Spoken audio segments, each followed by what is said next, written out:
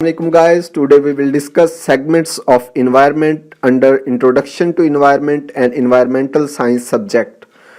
Segments of environment का मतलब होता है कि एक इन्वायरमेंट कितने हिस्सों में डिवाइडेड है। इसको आप पार्ट्स ऑफ इन्वायरमेंट भी कह सकते हैं कि एक इन्वायरमेंट के कितने पार्ट्स होते हैं, कितने हिस्से होते हैं, कितने सेगमेंट्स होते हैं। तो एक इन्वायरमेंट को चार सेगमेंट्स या चार पार्ट्स में डिवाइड किया गया है। सबसे पहला पार्ट है atmosphere, the second one is hydrosphere and the third one is lithosphere and the fourth and the final one is biosphere. हम आज इस लेक्चर में इन सब को वन बाय वन डिटेल से डिस्कस करेंगे। तो सबसे पहला इसके अंदर पार्ट जो है या सेगमेंट ऑफ इन्वायरमेंट है वो है atmosphere. It is the protective blanket of gases. जो गैसेस का हमारी ज़मीन पर जो गैसुअस पार्ट है उसको क्या कहते हैं, एटमॉस्फेयर। जो भी गैसेस हमारी ज़मीन पर मौजूद हैं, nitrogen, oxygen, carbon dioxide, ozone layer, ये तमाम चीज़ें मिलकर एटमॉस्फेयर बनाती हैं जो कि हमारी पूरी ज़मीन को घेरे हुए हैं और हमारी लाइफ को प्रोटेक्ट कर रहा है। ये वाला ब्लैंकेट या कवर जो है गैसेस का, ये तमाम चीज़ें कलेक्टिवली एटमॉस्फेयर कहलाती हैं। उसके बाद है करैक्टरिस्टिक्स कि इस एटमॉस्फेयर की हमारी ज़िंदगी में खसूसियात क्या हैं। सबसे पहली है it sustains life on the earth. अगर ये गैसेस का जो प्रोटेक्टिव लेयर है इसको हटा दिया जाए तो हमारी ज़िंदगी इस दुनिया पर ख़त्म हो जाए, क्योंकि जो हॉस्टाइल नेचर, जो हॉस्टाइल इन्वायरमेंट है आउटर स्पेस का, और जो रेज़ आ रही होती हैं जो कि हमारे टिश्यू को डैमेज कर सकती हैं, उस तमाम को ये रोकता है, अब्जॉर्व करता है और हमारे तक जो है वो अनहाइजीनिक जो रेज़ होती हैं उनको कंट्रोल करके हमारी ज़िंदगी को इस दुनिया पर जीने के काबिल बनाता है। उसके बाद सेकंड पॉइंट है it save us from the hostile environment of the outer space. जैसे कि मैं पहले बता चुका हूँ, जो हमारी आउटर स्पेस है वहाँ का जो अनहाइजीनिक इन्वायरमेंट है उससे हमें बचाती है ये वाली लेयर एटमॉस्फेयर की। It absorbs most of the cosmic rays. Cosmic rays जो कि आउटर स्पेस से आ रही हैं उसको ये अपने अंदर जज़ब कर लेता है। And major portion of the electromagnetic radiations from the sun, और जो सूरज से इलेक्ट्रोमैग्नेटिक रेडिएशंस आ रही हैं उसको भी जज़ब कर लेता है। और इस तरह हमारी जो बॉडी है, हमारी ज़िंदगी जो है उसको प्रोटेक्ट करता है और ज़िंदगी को इस अर्थ पर जो है वो जीने के काबिल बनाता है। उसके बाद चौथा पॉइंट है it transmit only ultraviolet rays ranging from 300 nanometer to 2500 nanometer. तो ये ऐसी अल्ट्रावायलेट रेज जिनका डायमीटर 300 नैनोमीटर से लेकर 2500 नैनोमीटर तक होता है, उनको हमारी ज़मीन तक आने देता है, जिनमें विजिबल रेज और रेडियो वेव्स हैं। जबकि while filtering out tissue damaging ultraviolet waves, कुछ अल्ट्रावायलेट वेव्स जो कि 300 नैनोमीटर 300 नैनोमीटर से बिलो होती हैं, कम होती हैं, वो हमारे टिश्यूज़ को डैमेज कर सकती हैं। तो ऐसी रेज को क्या करता है एटमॉस्फेयर, फिल्टर कर देता है, उसको अपने अंदर जज़ब कर लेता है, रोक देता है। उसके बाद पांचवी खसूसियत जो है एटमॉस्फेयर की, it is composed of nitrogen, oxygen, argon, carbon dioxide and trace gases. ये जो बहुत इंपॉर्टेंट गैसेस हैं, नाइट्रोजन है, ऑक्सीजन है जिसके अलावा ज़िंदगी जो है वो नामुमकिन है, कार्बन डाइऑक्साइड है, ये तमाम चीज़ें जो हैं ये एटमॉस्फेयर का हिस्सा हैं। तो ये था पहला segment of the environment. Environment का जो पहला पार्ट था वो है एटमॉस्फेयर। आज हमने जो पढ़ा है वो यही है कि एटमॉस्फेयर जो है वो एक गैसेस का ब्लैंकेट है और इसका हमारी ज़िंदगी में बहुत इम्पोर्टेंट किरदार है, जो हमने इन 5 पॉइंट्स के अंदर डिस्कस किया। उसके बाद second segment of the atmosphere जो है वो है हाइड्रोस्फेयर। हाइड्रो का मतलब जो है वो होता है वाटर रिलेटेड। ये इन्वायरमेंट का वो हिस्सा है जो कि totally water related part of the environment है। It comprises of all types of water resources. तमाम वाटर रिसोर्सेज, तमाम वाटर के वसाइल जो हैं वो हाइड्रोस्फेयर का हिस्सा हैं। जिसमें ocean, seas, rivers, streams, reservoirs, polar ice caps, glaciers and ground water, ये तमाम चीज़ें जो हैं वो हाइड्रोस्फीयर हैं।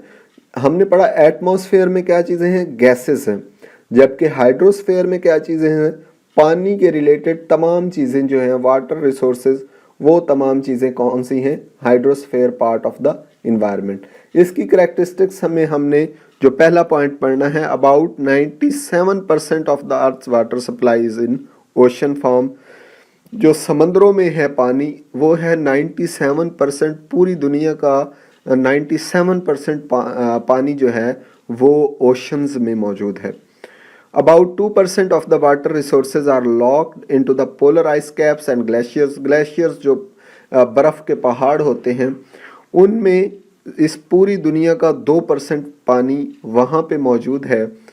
तो अगर हम इसको कंबाइन करें ओशंस और ग्लेशियर्स का पानी को, तो ये 99% वाटर बनता है। बाकी रह गया 1% water. About only 1% water is available as fresh surface water as river, lakes, streams and ground water. सिर्फ 1% वाटर ऐसा है जो कि एज अ फ्रेश वाटर इस्तेमाल होता है, जो कि हमारे दरियाओं में, लेक्स में, स्ट्रीम्स में, ग्राउंड वाटर जो कि ज़ेर ज़मीन वाटर है, और ये water fit to be used for human consumption, पीने के काबिल है, एंड अदर यूजेस, और बाकी जो भी इस्तेमालात हैं उसमें 1% पूरी दुनिया का वाटर जो है वो यूज़ होता है। उसके बाद हम third part of the environment, third segment of the environment की तरफ चलते हैं, वो है लिथोस्फीयर। लिथोस्फीयर का मतलब होता है इन्वायरमेंट का ऐसा हिस्सा जो कि सॉलिड फॉर्म में मौजूद है, जैसा कि ज़मीन है, लैंड्स हैं, रॉक्स हैं, ये तमाम चीज़ें क्या हैं, lithosphere. The outer mental of the solid earth, the solid earth क्या है, लिथोस्फीयर। इसकी क्या करेक्टरिस्टिक्स हैं, इट कंसिस्ट ऑफ मिनरल्स, इसमें तमाम किस्म के मिनरल्स होते हैं। In the earth crust and soil, ज़मीन की अंदर जितने भी मिनरल्स और सॉयल, ज़मीन के अंदर जितने भी मिनरल्स हैं वो तमाम के तमाम किस्में होते हैं लिथोस्फीयर में। मिनरल्स, ऑर्गेनिक मैटर, उसके बाद air and water in the soil, ये तमाम चीज़ें जो हैं वो लिथोस्फीयर का हिस्सा हैं। उसके बाद रॉक्स हैं, पहाड़ हैं, पत्थर हैं, लैंड फॉर्म्स हैं, उसके बाद मैदान हैं, ये तमाम चीज़ें किस में आती हैं, लिथोस्फीयर में। उसके बाद fourth part of the environment जो है वो है biosphere, the last segment of the environment इसको कहते हैं। It indicates the realm of living organism and their interactions with the environment. Biosphere क्या है कि तमाम किस्म के जो लिविंग ऑर्गेनिजम्स हैं उनकी बका और उनका जो अट्रैक्शंस हैं, इंटरेक्शंस हैं, उनका जो नॉन लिविंग चीज़ों के साथ उनका ताल्लुक़ है, उसको क्या कहते हैं, बायोस्फीयर। लिविंग ऑर्गेनिज्म का ताल्लुक़ नॉन लिविंग चीज़ों के साथ जो हम स्टडी करते हैं उसको बायोस्फीयर कहते हैं। It indicates the realm of living organism and their interactions with the environment, environment के साथ उनका इंटरेक्शंस लिविंग ऑर्गेनिज्म का क्या कहलाता है, बायोस्फीयर। इसकी खसूसियात में पहली जो है, it is the layer consisting of air, water and land farming ecosystem for living organism. इसमें जो है वो वाटर, एयर, लैंड, तमाम चीज़ें जो हैं इकोसिस्टम की और लिविंग ऑर्गेनिज्म का उसके साथ ताल्लुक़ जो है वो हम बायोस्फीयर में पढ़ते हैं। ट्रांसफ़र ऑफ एनर्जी जो है वो बायोस्फीयर में होती है, जैसा कि सन से एनर्जी जो है वो प्लांट्स अब्जॉर्ब करते हैं, प्लांट्स फिर उससे फूड बनाते हैं जो कि एनिमल्स में जाता है। इसी तरह ये जो ट्रांसफ़र ऑफ सारी एनर्जी का ट्रांसफ़र हो रहा है, ये बायोस्फीयर का पार्ट है।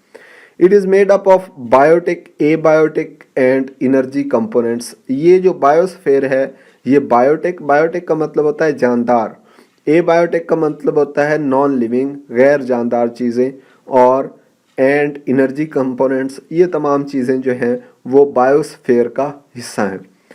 उम्मीद है आज का ये लेक्चर आपको समझ आया होगा, जिसमें हमने 4 segments, 4 parts of the environment को डिस्कस किया। सबसे पहला पार्ट जो था वो था एटमॉस्फेयर, जो गैसोस पार्ट ऑफ द अर्थ है, जो गैसों से बना हुआ है।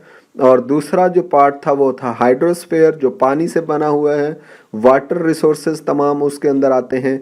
तीसरा पार्ट जो था वो था लिथोस्फीयर, जो कि solid form of the environment है, उसको लिथोस्फीयर कहते हैं। उसके बाद the final one is biosphere. Biosphere क्या है कि लिविंग ऑर्गेनिज्म का इंटरेक्शंस विद द इन्वायरमेंट, ये क्या कहलाता है, बायोस्फीयर। और इसके अंदर तमाम किस्म की ट्रांसफ़र ऑफ एनर्जी होती है।